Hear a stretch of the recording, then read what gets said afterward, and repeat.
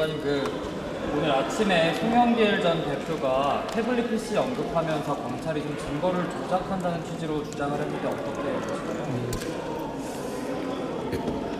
자기 범죄 수사를 받아서 아무리 다급하더라도 더불어민주당의 대표까지 지내신 분이 기성 언론이나 야당에서조차 거들떠도 안 보는 저질 허위 괴담에 직접 가담하는 것을 저는 참 안타깝게 생각합니다. 송영길 대표 참 안타깝습니다.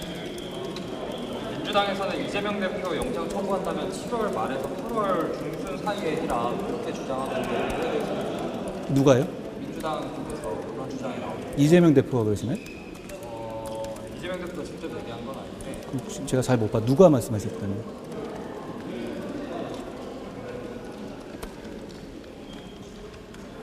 비회기 중에 하면은 그러니까 그 얘기는 알겠는데 어떤 의원, 민주당 의원이 말씀하신 민주당 의원이 말한 거 아닌가요? 김한규 원내대변인이 기자들 만나서 얘기를 했다고.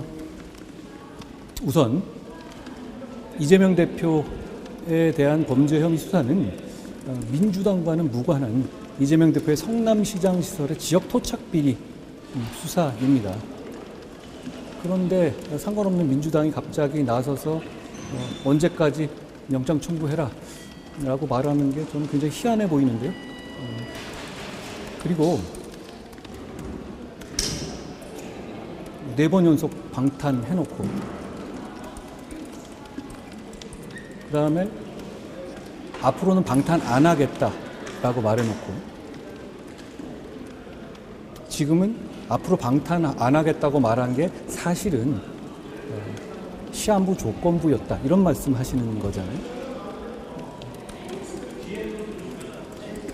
범죄 수사는 범죄 혐의를 규명해서 책임을 묻는 절차지 범죄 수사 받는 사람의 기분 맞춰주는 절차는 아닙니다.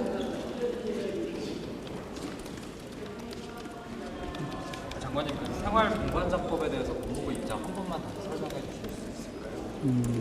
어제 이 법사위에서 민주당 의원님들이 저한테 질의하셨던 그런 말씀이시죠. 저는 우선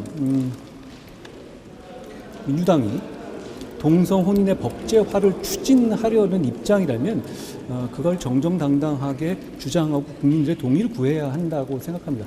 어제 저하고 질의 있었던 것처럼 그 법안을 두고 그거는 마치 뭐 동성혼이 아니라 1인 가구에 대한 것인 양 핵심 피해같이 얘기하는 것은 국민을 속이는 면이 있다고 생각합니다.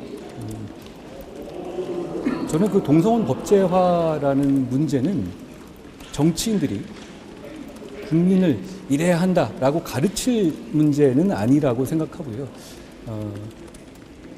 지금 현재 많은 국민들이 어떻게 생각하고 어떻게 받아들이고 있느냐 그것을 가장 중요하게 생각해야 한다고 생각합니다. 어떤 소수자를 보호한다는 것과 그거를 법제화해서 어떻게 구현해 나가는 문제는 조금 다른 차원의 문제이고 그거야말로 사회적 합의가 필요한 부분이라고 생각합니다.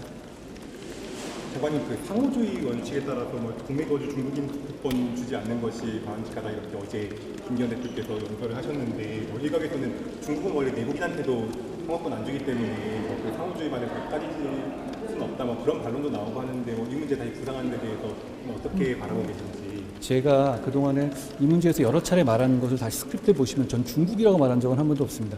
이 문제는 내국인에게 가장 중요한 헌법상 권리를 부여하는 방식과 원칙과 태도에 관한 것이거든요.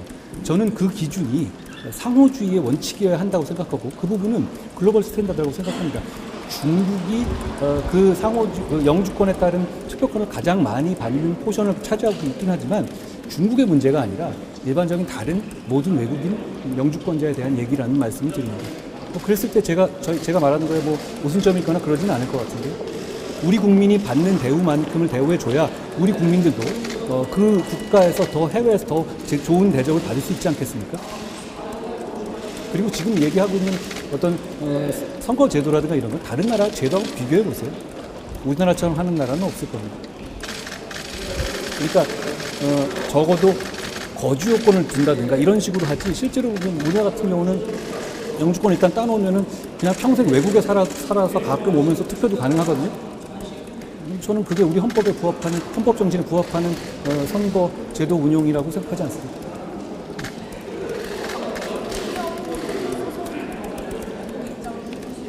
제가 어저께 말씀드렸다시피 그 엘리엇 소송은 뭐 내용은 아실 거고요. 그게 2018년부터 지난 정부에서 쟁송 절차 다 끝난 상황이었고 저희가 결과를 기다리던 상황이었는데요.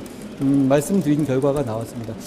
지금 저희가 그 결정문을 상세히 분석하고 있고 그 이후에 어떤 저희가 추가적인 조치를 할지에 대해서 충분히 숙고한 다음에 저희가 책임 있는 답변을 좀 가질 수 있을 것 같습니다.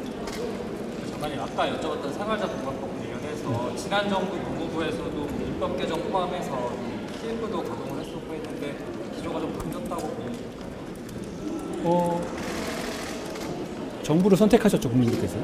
그러면 책임 있는 설명하고 책임 있는 입장을 가질 수 있는 부분이라고 생각합니다. 지난 정부 하에서도 동성혼 제도를 법제화하겠다는 입장을 냈던 걸로 저는 알고 있지는 않은데요. 아마 그건 잘못 알으셨을 것인데, 다만 저는 이제 이런 이슈가 뭐 논란을 막아야 된다든가 뭐 이걸 어느 한쪽으로 더 치자겠다 이런 의도가 전혀 아닙니다.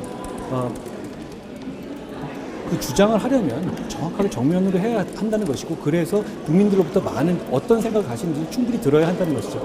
일각에서 얘기하듯이 뭐 의원들끼리 합의를 하게 되면 국민적 합의가 있는 것이냐? 저는 이 문제, 적어도 이 문제는 그렇지 않다고 생각합니다.